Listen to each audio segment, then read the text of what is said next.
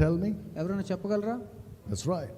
He called them whitewashed sepulchres or tombs. వారిని ఆయన ఏమన్నారంటే సున్నం కొట్టినటువంటి సమాధులు అని ఆయన వారిని It's పిలిచారు. beautiful outside, చూడడానికి చాలా అందంగా కనబడతారు but బయట. inside it is full of dead men's bones. కానీ Jesus said. లోపల మాత్రం అది మృతమైనటువంటి దేహం యొక్క ఎముకలు, ఆ చెడు దుర్వాసన వచ్చేటువంటి. That's how a dead Christian is. ఈ విధంగా ఉన్నారు మృతమైనటువంటి క్రైస్తవులు. Dead Christians think that because they do their duty, they are spiritual. మృతమైన క్రైస్తవులు అనుకుంటున్నారు, నా పని నేను చేస్తూ ఉన్నాను కాబట్టి నేను ఆత్మీయంగా బానే ఉన్నాను అనుకుంటారు మొట్టమొదటిగా. Dead Christians think that because in the past they experienced blessings, they are spiritual today. రెండవదిగా వారు ఏమనుకుంటారంటే గతంలో ఎన్నో ఆశీర్వాదాలు నాకు ఇవ్వబడ్డాయి కనుక ఇప్పుడు నేను ఆత్మీయంగానే ఉన్నాను అని అనుకుంటారు.